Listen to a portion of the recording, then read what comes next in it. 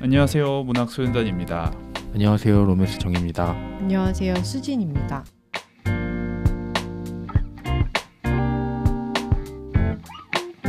네, 문학 소년단 시즌 7 6화 페스트롤리아 시작하겠습니다. 조지 손더스의 페스트롤리아 오늘 읽었고요. 조지 손더스에 대해서 먼저 설명을 드리자면 그렇게 정보가 많진 않네요. 많이 유명하고 대단하다는 평가를 받는 거에 비해서는 뭐 국내에 뭐 그렇게 막 정보가 많이 오픈되어 있는 것 같지는 않아서 뭐 찬사가 쏟아집니다. 현존하는 영어권 최고의 단편 소설 작가. 영미 문학계의 천재. 작가들의 작가. 이거 조금 위험하죠. 작가들의 작가라는 평을 듣는 미국 현대문학의 대표적인 작가입니다. 1958년생이고요. 지구물리공학을 전공한 뒤에 유전 탐사 회사 등에서 일했다고 합니다. 그러고 나서 시러큐스 대학교에서 문해 창작 석사학위를 받았고 시라큐스 대학교가 여기서 나오네요. 이거 왜냐면은 회사 선배 중에 유튜브를 하는데 시박이 간다예요. 시박이 간다라는 유튜브를 하는데 그게 뭐냐면은 시라큐스 대학교 박사가 간다 하면서 경제부 유튜브인데 이게 또 여기서 나오네요. 반가웠습니다. 네. 현존하는 영어권 최고 단편 소설 작가, 그 작가의 현재 국내 유일의 단편집이 바로 오늘 우리가 다루는 페스트롤리아인데 단편집 6편의 단편이 수록되어 있습니다. 표지작인 페스트롤리아, 그 다음에 윙키, 세 번째 시오크, 네 번째 세상에서 퍼포의 끝, 다섯 번째 이발사의 불행, 여섯 번째 폭포입니다. 이 중에 저희는 로맨스정 다 읽었나요? 저는 3편 읽었습니다. 네, 저희가 3편 읽기로 했었죠. 페스트롤리아랑 시오크랑 폭포, 이렇게 3편 오늘 소개해드리도록 하겠습니다. 일단 제목이 저희 모두 다 너무 처음 들어보는 단어잖아요. 페스트롤리아. 표지적의 제목인 페스토럴리아는 목가적이라는 의미의 영단어 페스토럴을 아이러니하게 뒤튼 것. 뭐 없는 단어 만들어냈다. 없는 단어였네요. 네, 페스토럴이 있는 거고 페스토럴리아는 이제 페스토럴리아. 뭔가 좀 더 어떤 지역의 이름답게 변화한 것 같아요. 자, 먼저 페스토럴리아. 어떤 내용이냐면은 가상 세계이긴 하나 또 막 지구상에 그렇게 없는 세계는 아니에요. 예를 들면 지금 이 세계는 그렇습니다. 뭐 민속촌 같은 데서 이제 분장하고 일하시는 분들 있잖아요. 뭐 맨 상투 틀고 그렇죠. 의상 입고 벨티 아저씨 있고. 예를 들면 민속촌에서 일하는데 그 민속촌이 보통은 이제 퇴장 시간이 있고 퇴근을 하고 퇴근할 때면 이제 본인 옷 갈아입고 집 갔다가 다시 출근해가지고 옷 갈아입고 그렇게 역할을 하시는 거겠죠. 그런 느낌으로 지금 원시 어떤 세계를 구현해 놨어요. 아마 미국이겠죠. 어딘가에. 그곳은 그러니까 계속 거기 살아야 되는 건 거예요. 리얼리즘을 위해서. 너무 리얼하게. 지금 아마 주인공은 동굴 속에 사는 남녀인데 이 남녀는 배역을 맡은 거죠. 고용된 사람들인데 실제로 동굴 속에서 먹고 자고 일정 기간 계속 있어야 되는 그런 설정의 배경입니다. 소설이 조금 대뜸 무슨 말인지 모르게 시작을 해요. 이렇게 시작합니다. 대형 투입구에 가봤지만 염소가 없다. 동굴 속에서 부싯돌로 불을 피우고 점심때까지 아무도 동굴 안에 머리를 들이밀지 않는다. 분리구역으로 들어가 파트너 1일 수행평가 양식을 작성하고 팩스를 보낸다. 너무 어렵죠. 사실 어떤 소설이 대뜸 이렇게 시작한다면 정말 어려운 소설이라고 저는 생각을 합니다. 하지만 조금 더 읽어가다 보면 혹은 누군가가 이 페스토럴리아 책을 사기 전에 그냥 그냥 책에 대한 정보 같은 것들이 있잖아요. 그런 거를 살펴본다면 어렵지는 않게 어떤 이 소설이 뭐 하는지, 어떤 설정인지, 어떤 세팅인지는 파악하게 됩니다. 자, 이곳은 대형 원시 테마파크이고 남주 여주는 그 속에서 원시인을 연기하는 고용된 사람들이라는 걸 알게 되죠. 그렇기 때문에 파트너 1일 수행평가 양식을 작성하고 팩스를 보낸다라는 거는 예를 들면 저랑 로맨스정이 동굴에서 연기를 하는 어떤 연기자들이에요. 자, 오늘 하루 로맨스정이 정말 원시 부족 연기를 잘 해냈는지 서로 감시하는 서로 감시하고 평가하고. 예를 들면 그럴 수 있죠. 자, 원시는 사실 언어를 쓰지 않습니다. 여기는 이제 영어권이니까 영어를 쓰지 않죠. 하지만 이렇게 관광객들이 와가지고 어머 지금 뭐 하시는 거예요? 불 피우시는 거예요? 라고 물어본다면 나도 모르게 대답이 나올 수 있죠. 아, 네 지금 불 피우고 점심 준비하려고요. 그러면 땡 이라는 거죠. 왜냐하면 당신은 지금 원시인 세계관에 충실해야 되는데 네. 네, 설정을 지금 무시하고 얼소리 내야 되는 거죠. 이래야 네. 되는데 어디 감히 영어를 써. 이런 것들을 되게 주의하게 되고 이 사람 지금 잘하고 있는지. 그리고 이제 지금 계속 여기 살아야 되는데 뭐 가스레인지 둘 수 없잖아요. 지금 원시인들인데 숙소 따로 어딘가에 이렇게 오두막처럼 만들 수도 없고 이 사람들 동굴 사람들인데 그리고 그 동굴은 다 사람들이 와서 볼 수 있어야 되고 그렇기 때문에 도시락 같은 거 넣어주는 거예요. 예, 관리하는 곳에서 대형 투입구에 가봤지만 염소가 없다. 염소를 넣어줬어야 되는 건 거죠. 하지만 이들이 제대로 하지 않았기 때문에 이번에 염소가 없다. 이런 식의 서술이었던 겁니다. 성과제네요, 성과제. 예. 그렇게 매일같이 제출해야 하는 파트너 1일 수행평가 양식을 제출하면서 이들은 이제 이 주인공과 여주는 그러니까 남주와 여주는 여기서 일을 하고 있는데 아 보니까 여자 쪽이 조금 불량해요. 예.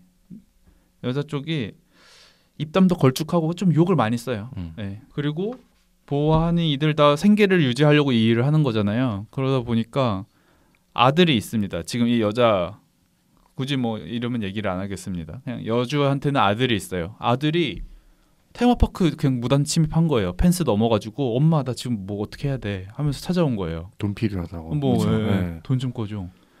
그러니까 사실 이게 오밤중이어가지고 괜찮았지 들키면 아주 큰일 나는 일이잖아요. 사실 그렇게 그런 문제도 있고 그리고 술도 마시고 술주정도 하고 동굴 안에 들어온 관광객들이 얘기를 걸어도 나는 그냥 우우우 하면서 할 거 해야 돼 정해진 레퍼토리를 해야 되는데 갑자기 말을 섞어요. 아까 얘기한 것처럼 거죠. 영어로 대답해요. 그리고 시비를 붙고 시비 붙고 지금 관광객들이랑 이거 너무 큰 문제죠 사실. 그쵸. 관리가 안 되는 건 거죠. 그럼에도 불구하고 남주는 계속 하루마다 파트너 1일 수행평가 양식 문제 없음 양호함 명상이 필요 없어. 네, 명상이 필요 없음 뭐 다른 거 필요 없다. 그렇게 계속 의리를 지켜보려고 했던 남주도 하지만 본인도 부양해야 되는 가족이 있고 또 아프잖아요. 네, 그러니까요. 네, 가족이. 그러다 보니까 결국 마지막에는 팩스에 이제 명상 뭐 필요하다 문제가 있다라고 얘기를 하고 결국 파트너 여주는 교체되죠. 하지만 쎄하게 끝나요. 교체돼서 오는 여주 오히려 더 FM. 완전. 너 다시는 나한테 말 걸어? 안 되잖아. 뭐 하는 거야? 이래서 오히려 이제 남주는 어떻게 될까? 여운을 남기면서 끝나는 목가적 네. 그런 소설입니다. 네, 그리고 이제 시오크로 넘어가죠. 자, 시오크 세 번째 단편인데, 야, 이것도 시장이 좀 요상해요. 대뜸 셔츠 벗기 시간이 왔대요. 뭘 벗어야 되는 거지? 그래서 셔츠를 벗으면 여자 둘이 와서 바지에 돈을 찔러 넣고 자기들의 파일럿 조종사가 될 수 있느냐라고 묻습니다. 또 뭐야 하면서 쭉 읽다 보면 여기서 지금 남주는 스트립 클럽에서 일하는 그리고 이거 단순히 스트립 클럽이 아니라 단속을 피해서 이제 성매매가 이루어지기도 하는 그곳에서 일하는 남자이구나. 그래도 선은 지켜가면서 일을 합니다. 스트립은 하지만 성기 노출이나 신체 접촉까지는 가지는 않아요. 그리고 퇴근하고 집에 가면 누나랑 사촌이 각각 아이들을 키우고 살아가고 있습니다. 그리고 이곳에는 주인공 남매의 엄마가 아니라 이모가 있어요. 뭔가 더 이들을 이제 책임져주는 어떤 어른인 거죠. 뭐 이 주인공 남자도 일을 하고는 있지만 이 이모가 참 인격자예요. 소설 속에서는 이 집안의 중재자라고 표현이 되겠는데 어쨌든 가족들을 위해 희생하고 심지어 이거 지금 남의 가족이잖아요. 이모니까 남의 가족인데 희생하고 성질도 내지 않아 긍정적으로 보려고 생각하고 얘네들 막 다 입이 거치 뭐 그쵸. 무슨 상욕이 너무 많이 나와요. 입에 아주 뭐 난리가 났는데 뭐 같네, 뭐 거기도 같네. 뭐 계속 그래도 아니야 긍정적으로 생각을 해봐. 참 뭔가 많이 참고 사는 그냥 인격자인 이모가 있습니다. 그런데 어느 날 집에 강도가 들어요. 이 남자네 집에 강도가 들고 마침 집에 있던 이모는 이 강도 침입한 사람을 보고 놀라서 죽게 돼요. 해를 가한 건 아닌데 너무 놀라서 죽게 됩니다. 이 가족들에게는 이제 비극이고 장례를 치르고 돌아왔는데 문제는 장례 치르고 돌아와서 며칠 안 됐는데 전화가 와요. 묘지에서 지금 무덤이 파헤쳐졌다. 그리고 당신 이모의 시신이 사라졌다. 라는 연락을 받습니다. 그래서 이거 도대체 뭐야, 어떻게 해요? 뭐 그쪽에서 뭐 관리를 제대로 한 거 아니냐, 안 한 거 아니냐, 어쩌고 이렇게 어쨌든 수처리를 하려고 하는데 며칠 후에 주인공이 또 이제 그 스트립 클럽에 출근을 했다가 집에 돌아와 보니까 이모의 시신이 살아서 집 의자에 앉아 있습니다. 핸들 의자에. 그래서 문제는 진짜 부활은 아니에요. 부활은 아니고 그 들어간 아마도 뭐 염을 했는지 안 했는지 어쨌든 들어간 슬슬 부패하기 시작한 그 상태 그대로, 그러니까 좀비 같은 개념인 그렇죠. 거예요. 네. 그렇기 때문에 부패를 계속하고 막 팔이 몸통에서 떨어져 나갑니다. 툭 떨어지고. 근데 또 말은 해요. 근데 문제는 아까 설명드리기를 되게 인격자라고 했잖아요. 시신이라서 그렇죠. 그런지 모르겠는데 정말 성격이 180도 변합니다. 욕을 엄청 해요. 인격도 완전 반대가 돼가지고 이 새끼들아 뭐 너네가 빨리 뭐 이렇게 해서 되겠냐, 뭐 뭘 갖고 와라, 막 욕을 엄청 하고, 그리고 되게 음란해지고 음담패설도 많이 하고, 주인공에게도 야, 이 시궁창 같은 곳에서 벗어나려면 너가 좀 더 벌어야 돼. 그럴 거면 어떻게 해야겠어. 스트립 클럽에서 선 지키면서 일할 게 아니라 선 넘어야 된다. 성기도 노출하고 누가 자자 그러면 자고 그렇게 해서 돈 더 많이 벌어야 될 거 아니냐. 그래야 이 시궁창 같은 곳에서 벗어날 거 아니냐. 그렇게 이제 모든 가족들에게 너 이렇게 해, 저렇게 해, 막 폭군처럼 구나. 그러다가 결국은 이게 결국 썩잖아요. 그렇죠. 그렇게 뭐랄까 두 번째 죽음을 맞이하게 됩니다. 그런 내용의 소설입니다. 시오크. 그리고 세 번째 폭포. 이거는 개인적으로 아주 제가 애정하는 단편인데 인프피스러운 주인공이 등장을 합니다. 그냥 뭐냐면은 어떤 강변에 위치하는 타운이에요. 타운하우스가 있는데 여기서 이제 주인공이 어느 날 그냥 집에 갑니다. 집에 가면서 이런저런 생각들을 해요. 뭐 이렇게 누군가 뭐 이웃에 사는 누군가가 왔을 때는 그냥 그 사람에 대해서 혼자 생각을 하기도 하고 그러다가 이제 집에 가는 길에 이제 강가라고 했으니까 이 강 끝에는 폭포가 있어요. 근데 이렇게 강변을 따라서 이렇게 걷다 보니까 어떠한 두 소녀가 뗏목을 타고 흘러가고 있는데 그게 좀 위험해 보이는 거예요. 그래서 뭐지? 갈라졌죠. 보트가. 뭐지? 카누를 탔네요. 네. 뗏목이 아니라. 네. 카누를 탄 여자애들이 좀 가는데 저거 위험할 텐데. 막 물 퍼내고 있고 막. 그래서 잠깐 이렇게 멈춰 생각을 했다가 앞에 폭포도 있잖아. 이거 위험해 하고 후다다닥 뛰어가가지고 지금 정말 누가 봐도 위기에 처해져 있는 그 친구들한테 뛰어들면서 이제 소설은 끝이 나는. 이건 너무 간단한데 제가 애정하는 이유는 이 사람의 그냥 의식의 흐름이 그대로 다 서술이 되어 있어요. 맞아요. 전지적 작가로 얘가 지금 무슨 생각을 하는지, 걷다가 누군가를 마주치는데 그 누군가를 마주쳤을 때 어떤 생각들을 하는지가 다 펼쳐져 있는 그 점이 아주 매력적인 소설입니다. 이 책 읽어 말아. 자, 그러면 오늘 소설 조지 손더스의 페스토럴리아 읽어야 할지 말아야 할지 얘기를 해보도록 하겠습니다. 먼저 읽어야 할 이유는 챈들러가 말씀드리고요. 네, 읽지 말아야 할 이유는 로맨스 정의 말씀드리겠습니다. 네, 읽어야 할 첫 번째 이유. 조지 손더스, 현존하는 영어권 최고의 단편 소설 작가라고 하잖아요. 좀 호들갑이긴 한데 네. 물론 그리고 여기 수록되어 있는 6편의 단편이 다 완벽하진 않다고 생각을 합니다. 하지만 그 중에 저희가 읽은 페스토럴리아, 시오크, 폭포 같은 경우에 도대체 왜 단편 소설을 잘 쓴다고 얘기하는지는 알겠다.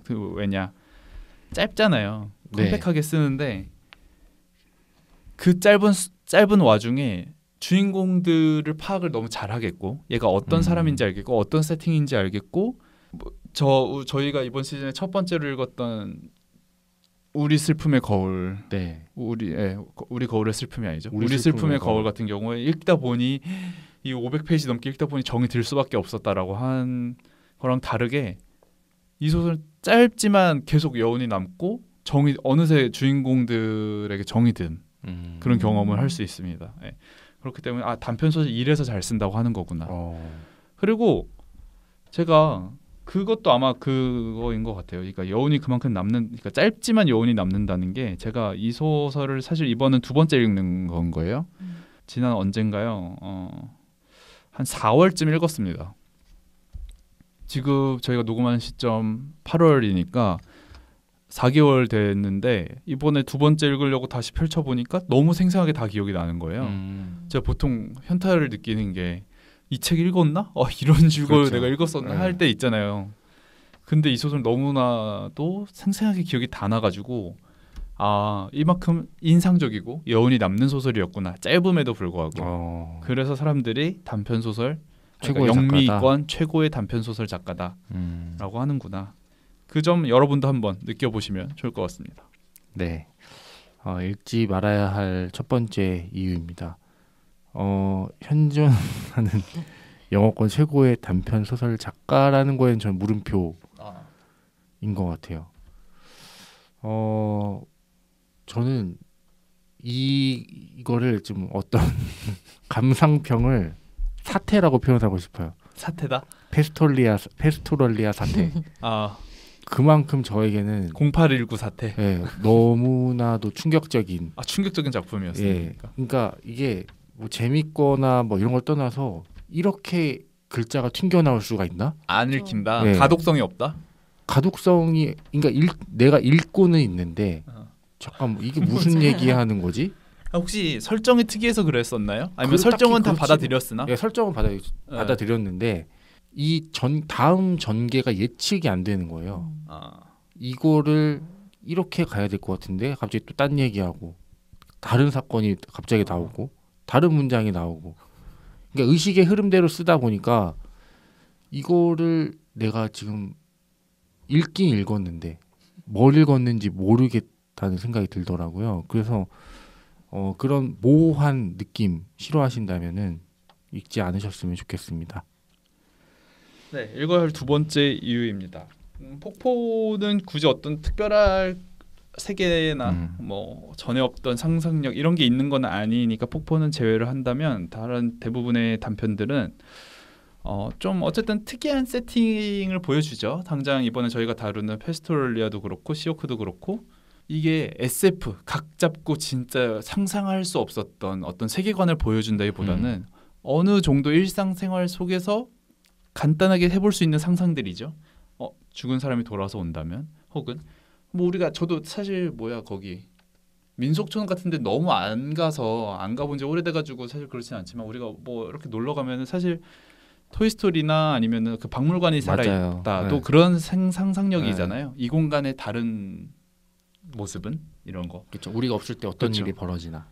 사실 우리가 만약에 민속촌 같은 데 간다면 뭐 보통은 인형들이고 이제 연기한 사람들이 있더라도 그 사람들의 오늘 해가 지고 난 다음에 생활 이런 건 이제 상상을 안 하게 되는데 그냥 그런 어떤 낯선 세계로의 산책이 되게 가볍고 경쾌하게 그려져 있다. 너무 무겁고 룸시형이 싫어하는 것처럼 어떤 너무 큰 세계관, 뭐 한 번도 우리가 상상해보지 못한 세계 이런 걸 그려내지는 않는다. 네.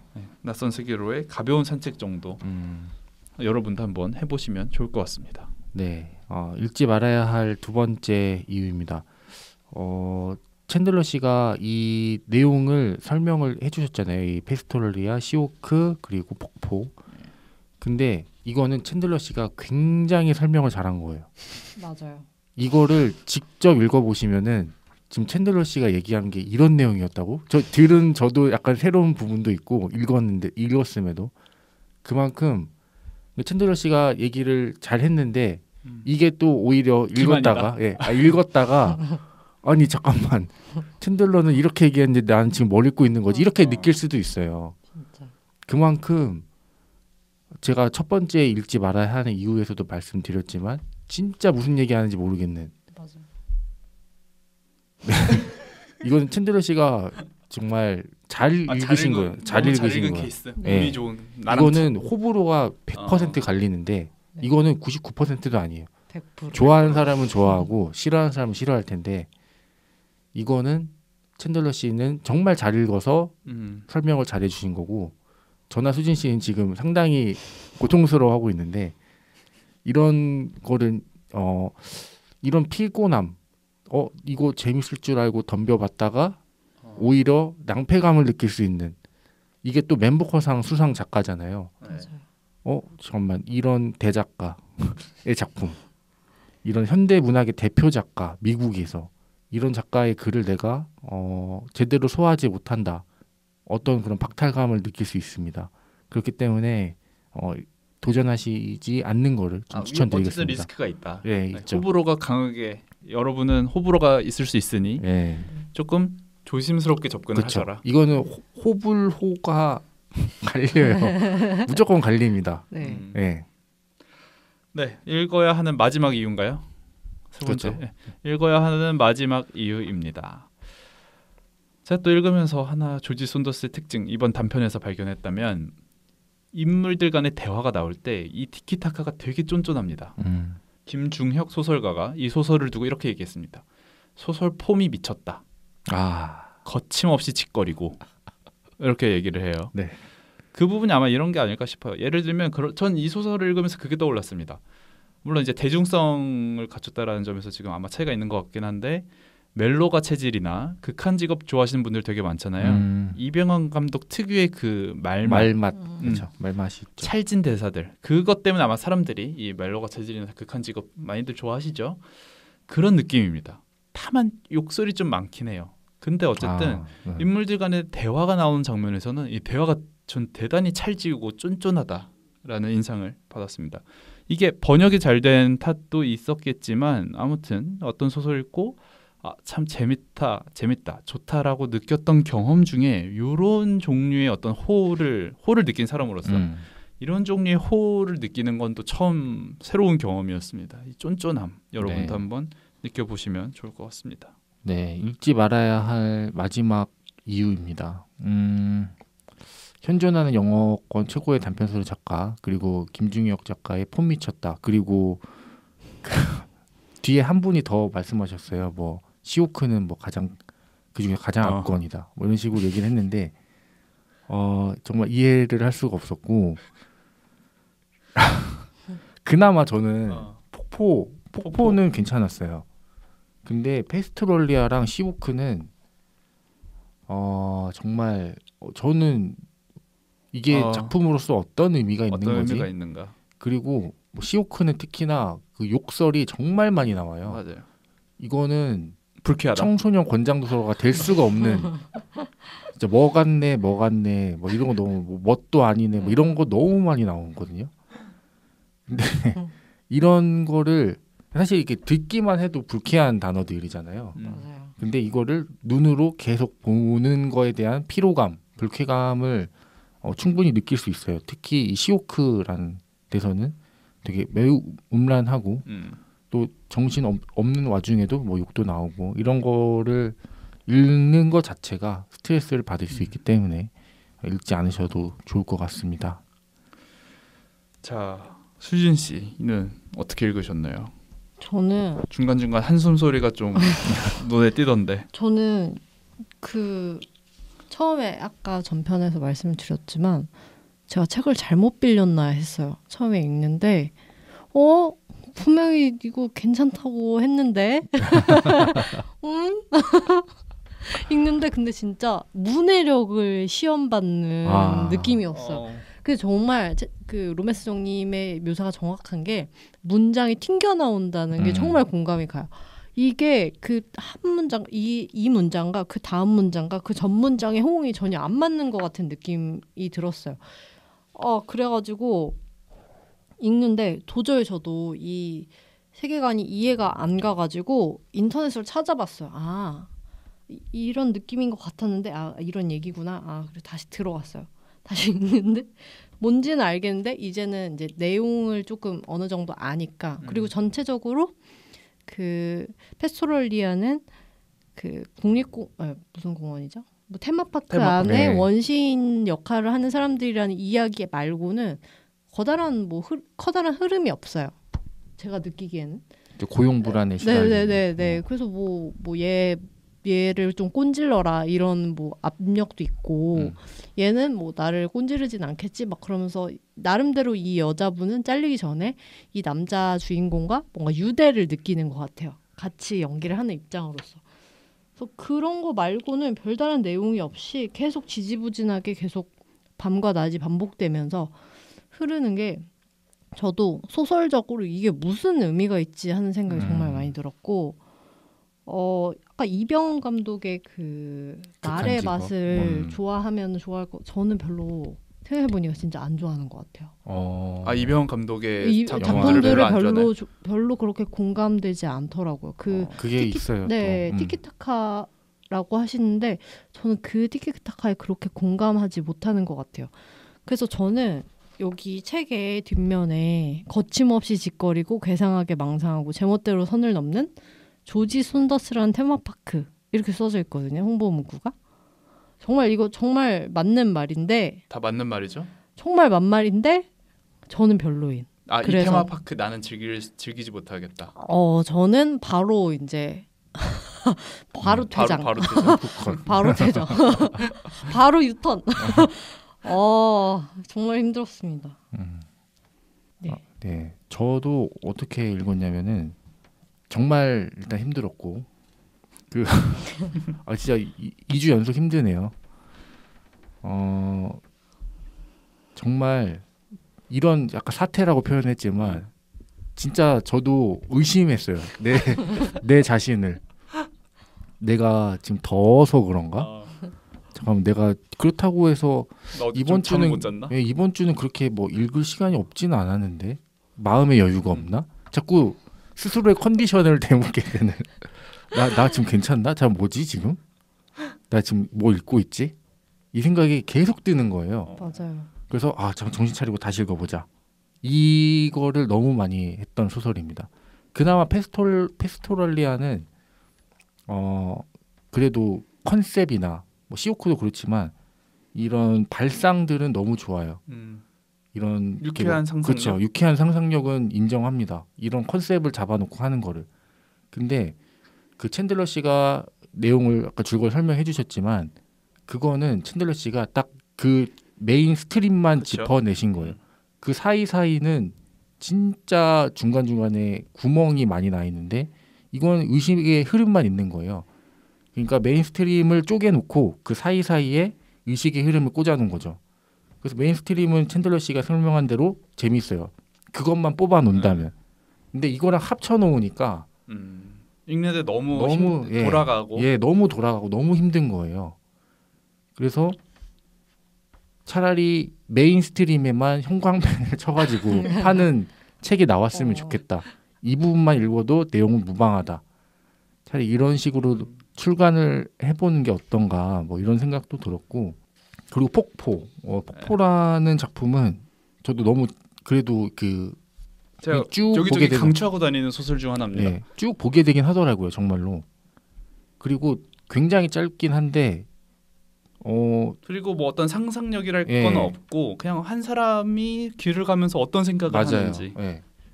그런 생각을 하는데 저도 약간 그런 뭐 걱정하는 부분이 있어요. 뭐 걱정을 걱정하고. 네. 이 사람이 나를 왜 아무도 걱정에 대한 뭐 그런 생각들. 저도 길 가면서 그런 생각 되게 많이 하거든요. 그러니까 예를 들면 이런 거죠. 인프피인가요? 저 인팁입니다. 인팁. 뭐 이런 얘기를 하는 이유는 이 사람의 그러니까 생각의 가지들, 생각을 물고 꼬리를 무는 생각들이 저는 너무 공감이 됐었던 게 뭐냐면 학교라고 생각을 합시다. 학교에서 제가 회사라고 해보죠. 복도를 걷고 있어요. 걷다가 저쪽에서 이제 어떤 선배가 오는 걸 혹은 어떤 친구 동기가 오는 거를 봤어요. 별로 평소에 마음에 안 들어요. 그래가지고 제발 말 걸지 마 속으로 말 걸지 마라라고 생각을 하고 있다가 정말 그냥 지나칩니다. 정말 말을 안 걸었어요. 그러면은 보통 다행이다. 그냥 가잖아요. 하지만 여기서 ENFP들이나 생각 많은 사람들은 잠깐만 왜 말을 안 거는 거야? 저 사람 평소에 말 그렇게 많이 걸고 다니는 사람인데 왜 말을 안 걸지? 갑자기 그렇죠. 무슨 일이 있나? 또 이제 막 생각을 막 합니다. 심지어 막 그 와중에 미안함까지 죄책감도 느껴요. 아, 나보고 이렇게 말 걸지 말라고. 아, 저 사람에 대해서 내가 또 부정적으로 생각을 했다는 거에 또 죄책감도 느꼈다가 저렇게 평소에 말을 많이 걸고 다니는 사람이 왜 나한테 오늘 말을 안 거는 거지? 나 뭐 잘못한 게 있나? 그러니까 뭐 이런 걱정들 하면서 또 뭘 그냥 저 말 안 걸었으면 다행인 거지. 그냥 말을 안 건 거에 대해서 내가 또 이렇게 생각을 많이 하네. 이거 괜찮은 건가? 내 생각을 걱정하는 그냥 그런 사람인 거예요. 그런 주인공인데 그게 전 너무 맞아요. 공감이 가거든요. 그래서 너무 재밌게 읽었습니다. 폭포는. 그런 묘사가 초반부부터 나오는데 그게 그러니까 재밌었어요. 얘가 어떤 캐릭터인지 바로 알겠고 그 이후에 얘 생각들이 다 너무 공감이 가고 웃기고 그랬었습니다. 그러니까 그것도 이제 그런 보이는 부분이 있고 그 외에 다른 폭포의 내용에서는 또 얘가 지금 무슨 얘기하는 거지 싶은 게 많아요. 그래서 이 책은 진짜 주의해서 읽으시라. 그러니까 내가 문제가 아닐 수도 있다는 거를 여러분들이 많이 읽고 댓글을 달아주셨으면 좋겠어요. 이게 진짜. 예. 이거 너무 공감되지 않았나요? 이 폭포에서 이런 장면이 나옵니다. 자, 이제 주인공이 카누를 탄 여자애들이 위태롭게 가는 걸 봤잖아요. 그리고 이제 그냥 조금 멍 때리고 생각하다가 이거 안 되겠다. 진짜 위험해 하고 어떻게 됐는지 일단 구하러 달려가는 와중에 자, 모스는 달리기 시작했다. 어느 모로 보나 이것은 어리석다. 어느 모로 보나 여자애들은 강변에 안전하게 도착했고 아니면 이미 도와줄 사람이 달려가고 있을 거다. 물론 여자애들이 강변에 안전하게 도착하지 못했고 도와줄 사람이 달려가지 않을 가능성도 있고 사실 도와줄 사람이 자신일 가능성조차 있지만 이것은 걱정되는 일이다. 계속 걱정을 하는 거죠. 그러다가 이제 저 여기서 이제 진짜 너무 웃었는데 그가 이러는 사이에 이미 보트가 이미 폭포를 넘어갔거나 스네그에 부딪혔을 가능성이 있었다. 아니, 컸다. 그는 바지선 팻 챈스호의 승무원들이 기억났다. 레이건 정부 초기 밧줄 다리를 통해 구출된 사람들이었다. 그는 땀을 뻘뻘 흘리는 단호한 남자들 몇 명이 이미 현장에 있어서 그들 가운데 하나가 어서 가서 전화를 걸라고 자신을 멀리 보내주길 바랬다. 현장을 벗어나게끔 멀리 보내주길 바랬다. 하지만 가는 길에 전화번호를 잊어버려 다시 돌아가서 땀을 뻘뻘 흘리는 단호한 남자에게 다시 말해달라고 해야 하면 어쩌나. 또 이런 잘못이 아내의 귀에 들어가 그녀가 수치심에 가득 차서 그와 이혼하고 애들도 못 보게 하면 어쩌나. 그러지 않아도 애들 스스로 그가 공황에 후달려서 일을 망치는 사람임을 알고 보고 싶어하지 않으면 어쩌나. 물론 이것은 긍정적인 사고가 아니다. 그러니까 진짜 너무 웃기지 않아요? 진짜 이런 생각을 하는 사람이 있을 것 같아요. 저죠. 네. 뭐 그런 생각하잖아요. 많은 망상들 가운데 만약에 어떤 재난 상황에서 내가 어떤 역할을 제대로 하지 못해서 가가지고 다시 전화 어디로 걸라고 하셨었죠. 그래서 너무 걱정되고 그렇죠. 심지어 그 이후에 이 일을 나의 가족이 알게 돼요. 나랑 이혼하자고 하면 어쩌지? 그 걱정에 꼬리를 무는 사서 걱정하는 사람들. 전 너무 재밌게 읽었습니다. 저는 누군가를 이런 행동을 하는 누군가를 볼 때 저도 그 생각을 하는 것 같아요. 그러니까 그 좀비버스라고 요즘 넷플릭스에서 많이 보는 그런 좀비 예능인데 이건 뭐 마지막 장면에 한 인물이 막 엄청나게 행동을 제대로 못해요. 막 소리 지르고 좀비 소리 지르면 안 되는데 트롤을 거의 트롤을 하는 거죠.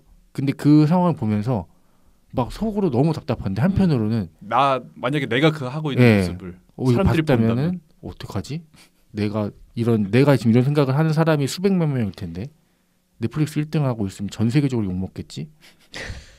그리고 그 인물은 지금 이 영상을 얼마나 내리고 싶어 할까?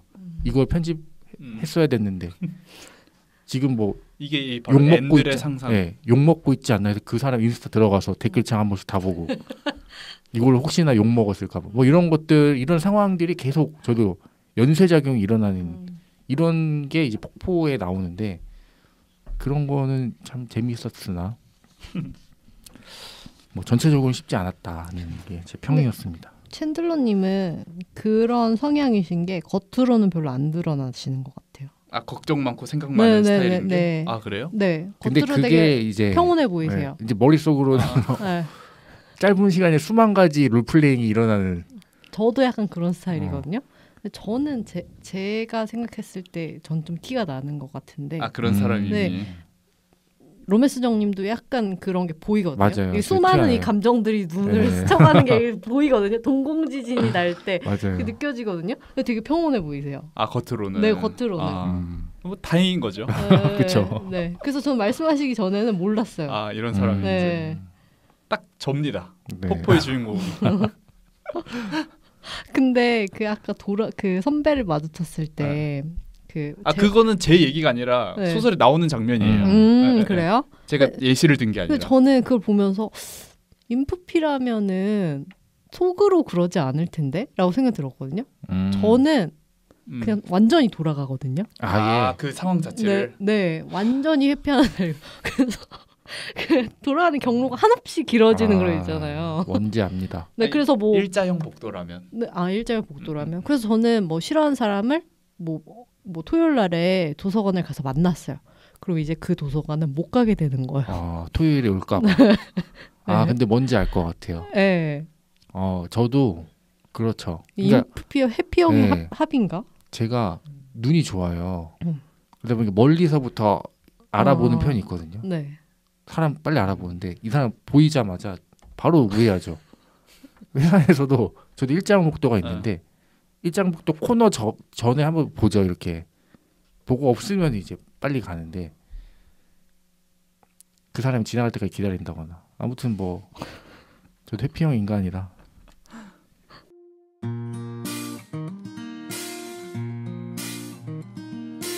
자 그러면 주 책 속으로 들어가서 본격적으로 책에 대한 이야기 한번 해보도록 하겠습니다. 먼저 페스트롤리아 테마파크잖아요. 네. 여러분이라면 여러분의 파트너가 일을 잘 안 해요. 수행평가 어떻게 작성하겠습니까? 그래도 여전히 의리가 있다.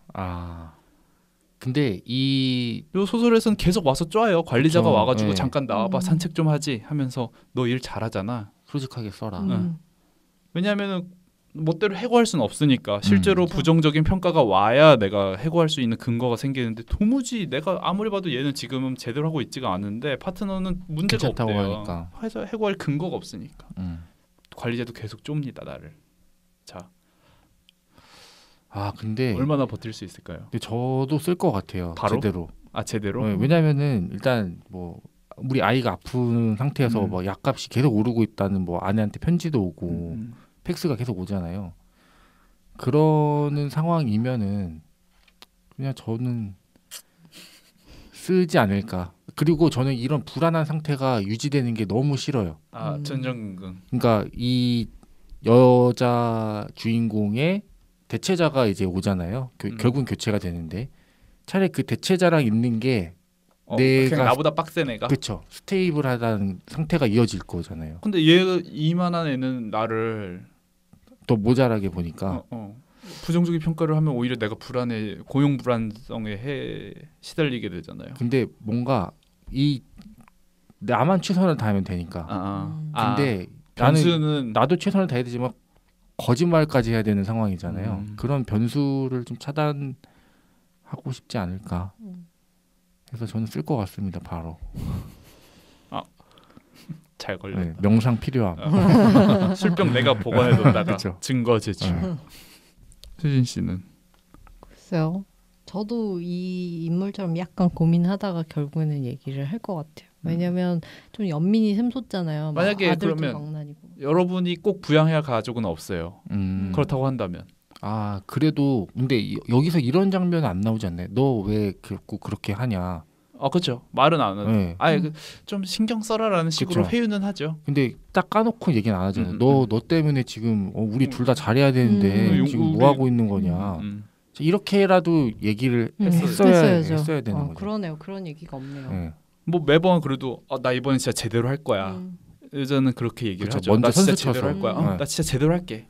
딱 믿어. 내일부터는 진짜 다를 거야. 이렇게 얘기를 하죠. 틴들러 씨는 쓰시나요? 저는 만약에 제가 어떤 이런 부양에 대한 압박이 없다. 그러니까 정말 뭐 아파서 약값이 필요한 아들이 없다면 저는 이렇게 그래도 좀 더 지켜볼 것 같아요. 계속 저한테 압박을 너 그렇게 부정적인 거 쓴 거 아니겠지? 팩스 보내고 돌아오면 물어보잖아요. 야 너 진짜 쓴 거 맞지? 그 상황에 거짓말하는 게 더 힘들 것 같아요. 사실 썼는데 뭐 그래 좀 더 잘해보자. 이게 너무 부담스럽잖아요.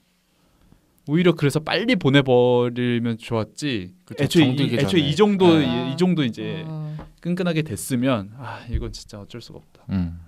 차라리 내가 보내는 게 아니라 누군가가 그냥 봐라, 들켜라. 그럼 내가 밀고 한 건 아닌 게 되잖아요. 책임지고 싶잖아요. 그러면 다음엔 뭐 시오크는 너무 욕이 많아가지고 딱히 뭐지 우리가 좀비나 뭐 이렇게 그거에 대해서도 할 말은 없고 폭포로 넘어가서 그런 얘기 한번 해보고 싶었습니다. 저는 이게 너무 공감이 가가지고 이런 식의 걱정, 생각에 꼬리를 물고 쓸데없는 걱정까지 하다못해 진짜 이 흐름이 전 너무 이해가 가거든요. 위기에 빠진 소녀들을 구해야 돼.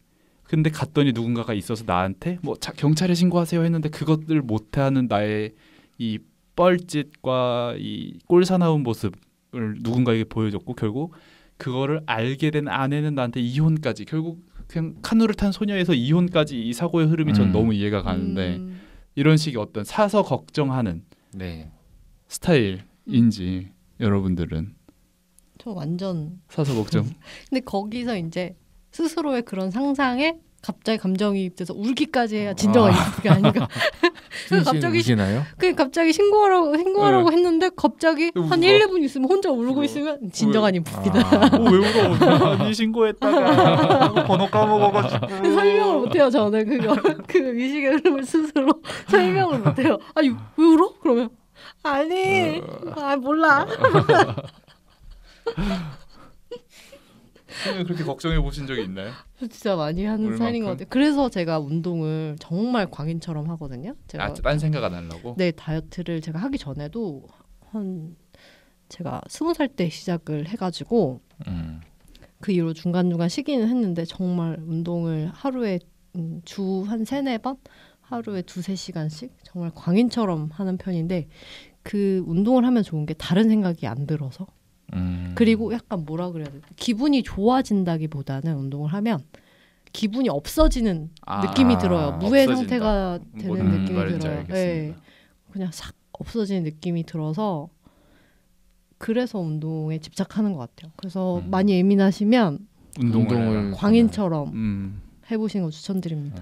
근데 또 그런 생각 운동할 때도 그러니까 사고가 끊이질 않는 게 운동하다가 어디 무릎이 아파요. 그러면 이 무릎이 아픈 게 만약에 내가 나중에 이 무릎을 계속 이렇게 아프게 되고 나중에 제대로 못 걷게 되고 그러면 어쩌고 되고 막 모든 게 다 그거에 이어지더라고요. 저는. 맞아요. 빠른 합리화의 과정으로 가요. 연골은 소모품이라고 들었는데 달리기 너무 많이 하면 연골 나중에 못 쓰면 어떡하지? 뭐 이런 생각도 하고. 그럴 때는 더 빨리 달려야 돼요. 헉헉거리고 숨 쉬는 거 말고는 아무것도 할 수 없을 정도로. 남았을 때. 정말 광인처럼 그렇게 해야 돼요. 최근에 걱정해본. 저는 걱정 진짜 많죠. 일단은 제가 대소사를 앞두고 있기 때문에. 그러겠네요. 그날에 어떻게 될까? 내가 어떤 빙고 같은 짓을 하지 않을까? 뭐 이런 생각도 들고 요즘에는 진짜 이 공공 장소라는 게 더 이상 안전하지 않다는 생각이 자꾸 드는 거예요. 맞아요. 그래서 머릿속으로 계속 이렇게 약간 시뮬레이션을 하죠. 사람들 보면서 저 사람은 어떤 사람? 그러면서 위험적인 인물? 머릿속으로 그 유튜브로 봤던 이소룡의 절권도를 생각하면서 막 이렇게 막 오면은 이렇게 해야 되나? 왼손 먼저 나가나? 이런 생각도 계속하면서 다니고 혹시 저 사람 이렇게 손 보면서 다니고 이 사람 손에 뭐 있나? 이런 생각 끊임없이 저는 계속하죠. 아마 집 갈 때도 할 거고 전 이 문 밖을 나서면서도 할 것 같은데 아무튼 계속 그런 상황들 지금 여기 있으면서도 막 불나면은 어떡하지? 계단이 좁은데 뭐 이런 생각도 들고 그렇습니다. 저는 INTP. 네, TP. 예전에 FJ시지 않으셨어요? 근데요 제가 최근에 알아보니 스스로를 돌아보니 INFJ는 제가 보여지고 싶은 모습이었던 것 같아요. 제 성향은 그냥 진짜 INTP인 것 같아요. 진짜 계획 안 해서 지금 많이 혼나고 있습니다. 그래서 이런 사람들이 외출을 하면 쉽게 지치는 것 같아요. 집 밖으로 나가는 것 자체가 그냥 엄청 스트레스예요. 모든 상황들이 이 생각의 트리거가 되고 맞아요. 이 감각 처리에 의한 이 에너지 소모가 맞아요. 엄청나서 그래서 저는 지금은 잘 안 그러는데 지금 뭐 노이즈 캔슬링 이어폰도 있고 사실 혼자 다닐 때가 차 타고 다닐 때가 많고 이래서 그런데 예전에는 밖에를 다닐 때도 귀마개를 낀 적이 있어요.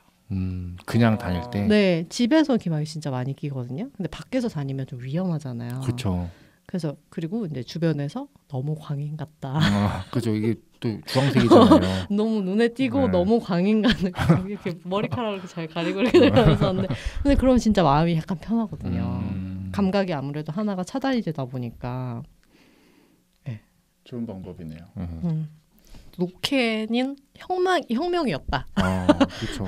노이즈 캔슬링이 나왔을 때 정말 혁명이었습니다. 그러니까 저도 왜 뭘 했다고 그렇게 피곤해해? 이 말 되게 많이 듣거든요. 그러니까 아니 이 안에서는 얼마나 치열한데요. 진짜 머리 안에서. 모든 사고가 뇌가 또 칼로리 많이 쓰잖아요. 그래서 그러니까 아니 뭐 오늘 뭐 기획팀 가서 일정도 안 나가는데 뭐 했다고 이렇게 피곤해 하냐? 오늘 뭐 했냐? 그러면 아니 뭐 생각하고